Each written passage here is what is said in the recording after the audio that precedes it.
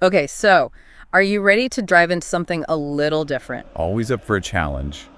What do we have this time? Well, get this. It's Real Madrid and Borussia Dortmund. Real Madrid and Borussia Dortmund, you say. Sounds familiar. Yeah, well, this is a rematch of the 2024 Champions League final, which, as you know... Real Madrid won their 15th title. Right, 15th. So you know this is a big one for both sides. Huge.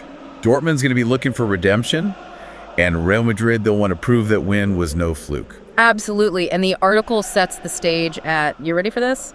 The Santiago Bernabeu. Real Madrid's home turf. Okay, so the atmosphere is going to be electric. And it's on Tuesday, October 22nd, so mark your calendars, folks. No matter what time zone you're in, trust me, this is one you won't want to miss. Now, going into this one, Dortmund's actually coming in with 2 Champions League wins already. Which on paper sounds impressive, right? It does, but Real Madrid's coming off a loss in their opening match. And that's where things get interesting.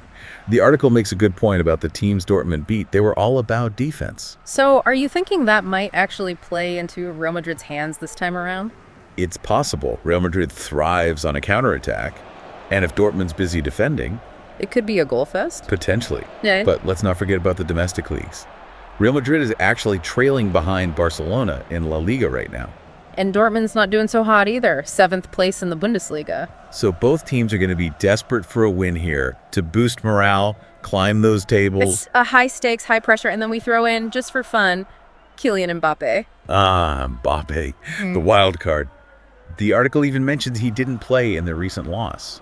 So, do you think he's being saved for this match? Is he going to be the secret weapon against Dortmund? Yeah, that is the question, isn't it? And you know, it's funny how often these big matches come down to not just who has the better players, but who can outsmart who on the pitch. Tactics, my friend. And speaking of tactics, Dortmund's got a new manager calling the shots, Nuri Sahin. Yeah, Sahin. That's got to be interesting for him, right? Yeah. Taking over after your predecessor loses to, well, the team you're about to face, in the final, no less. That's got to be some serious pressure walking into that situation. It's a lot to live up to. So what do you think? Will he stick with the game plan that got Dortmund to the final, or is he going to shake things up? Well, the article speculates that Sahin might actually go for a more possession-based approach. Really? Possession-based. So does that mean we're going to see a different Dortmund than we're used to? It's possible it would be a change from their usual high-intensity attacking style, that's for sure. So instead of trying to outgun Real, they might try to slow things down, frustrate them, and control the tempo. It's a classic tactical move. Control the midfield, keep the ball away from the danger men, and try to pick your moments. And speaking of danger men, we gotta talk about the injury reports because those can really throw a wrench into any game plan. Absolutely. You never want to see players sidelined, but these things happen, and managers have to adapt. Well, it looks like Real Madrid's actually getting a few key players back from injury, which is obviously good news for them. It's a boost for sure, but on the flip side, Dortmund might be without Karim Adeyemi. Adeyemi, he's the one who scored the hat-trick in their last Champions League match, right? That's the one, and if he's out, that's a massive blow to their attack. It's like those moments in a card game when suddenly the stakes get raised and everyone's holding their breath. And nobody wants to tip their hand too early. But speaking of bold moves, the article actually predicts a 4-2 win for Real Madrid. 4-2. Wow, that's a statement. Are they suggesting Real Madrid's going to completely dominate? I don't know about completely dominate, but it's definitely a bold prediction. It is bold, a 4-2 win. Yeah. But when you think about Real's attacking power... I mean, Benzema, Vinícius, and now Mbappé. It's a bit scary. It's a force to be reckoned with for sure, but I still think the article's more interested in the tactical battle. Right, the chess match. Like, what if Dortmund tries to shut down Real's midfield? Exactly.